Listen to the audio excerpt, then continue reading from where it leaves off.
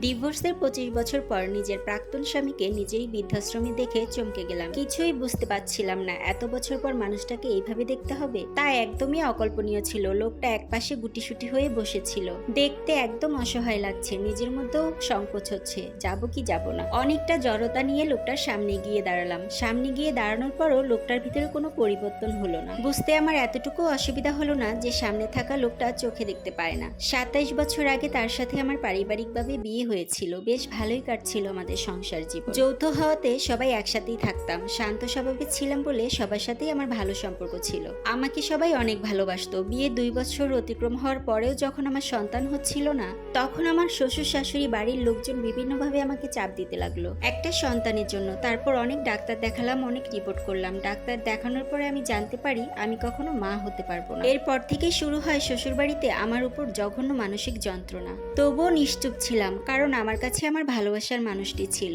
কিন্তু সুখ নামের বস্তুটা সবার কপালে হয়তোবা সয় না। আমার ক্ষেত্রেও তার বিপরীত হলো না। পরিবারের চাপে সেও আমার কাছ থেকে দূরত্ব নিয়ে নিল। তবুও নিজেকে মানাতাম, পরিবারের চাপে হয়তোবা মানুষটা আমার সাথে এমন করছে। শ্বশুর বাড়িতে যখন থাকাটা আমার জন্য যন্ত্রণাদায়ক হয়ে গেল, তখন মানসিকভাবে ঠিক করলাম কিছুদিন বাবার বাড়িতে গিয়ে উঠবো। এতে হয়তো পরিবেশটা কিছুটা শান্ত হবে। যেদিন রাতে তাকে আমি এই খবরটা জানালাম, সেদিন রাতে তার মুখে কোনো উত্তর ছিল না। কিন্তু আগেরবার যখন বাপের বাড়ি যাওয়ার কথা বলতাম, তার মুখ চোখ কালো করে ফেলতো। কিন্তু এবার কোনো পরিবর্তন দেখলাম না। বাপের বাড়ি যাওয়ার 3 দিন পর একটি চিঠি এলো। চিঠিতে লেখা ছিল তার বিয়ের কথা, আর সেই সাথে ছিল একটা ডিভোর্স লেটার। চিঠিটা হাতে নেওয়ার পর পুরো আকাশটা আমার মাথায় ভেঙে পড়লো। বুঝতে বাকি রইল না তাদের আগে থেকেই প্ল্যান করা ছিল। শুধু আমার বাসা থেকে বের হওয়ার অপেক্ষা ছিল। যার জন্য এতটা কষ্ট আর অপমান সহ্য করেছিলাম, সেই যখন পাশ কেটে গেল, তখন আর নিজেকে অসহায় মনে হচ্ছিল। ভাবলাম ওই বাড়িতে গিয়ে তাকে প্রশ্ন করব, প্রতিবাদ করব, কিন্তু যাকে নিয়ে আমি প্রশ্ন করব, প্রতিবাদ করব, সেই তো আমাকে চায় না। গিয়েই আর লাভ কি? তাই আমিও ডিভোর্স পেপারে সাইন করে পাঠিয়ে দিলাম। ডিভোর্স পেপার পাঠানোর পর তার সাথে কখনোই আর আমার দেখা হয়নি, আর আমিও যোগাযোগ করার চেষ্টাও করিনি। কারণ আমি নিজে থেকেই সবটা বন্ধ করে রেখেছিলাম। যোগাযোগ করার মতো যত রাস্তা ছিল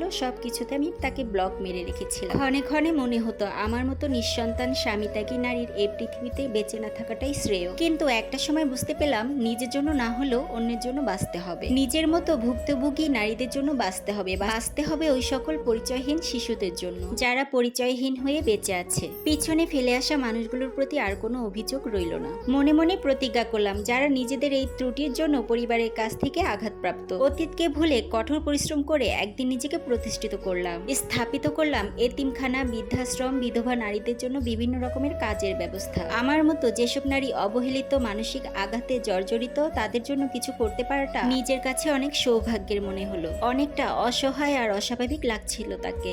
আমি হয়তো তার আপন ছিলাম না, তাই আমাকে ছাড়তে হৃদয় কাঁপেনি তার। তবে যারা তার আপন ছিল তারা কেন তাকে এখানে রেখে গেল? একজন সার্ভেন্টসকে জিজ্ঞাসা করলাম, ওনাকে এখানে কে রেখে গেল? উত্তরে জানালো, সন্তানরা সবাই বিদেশে থাকে, কেউই তার দায়িত্ব নিতে চায় না, এজন্যই এখানে রেখে গেছে। একটা দীর্ঘশ্বাস ফেললাম আর মনে মনে চিন্তা করলাম, সন্তান হয়নি বলে সে আমাকে ছেড়ে দিয়েছিল, আর আজকে সেই সন্তানরাই তাকে বৃদ্ধাশ্রমে ফেলে গেল। এটাই হয়তো প্রকৃতির খেলা। প্রকৃতি কোনো না কোনোভাবে তার প্রতিশোধটা ঠিকই নিয়ে নেয়। সবসময় চাইতাম সে যেন অনেক বেশি ভালো থাকে।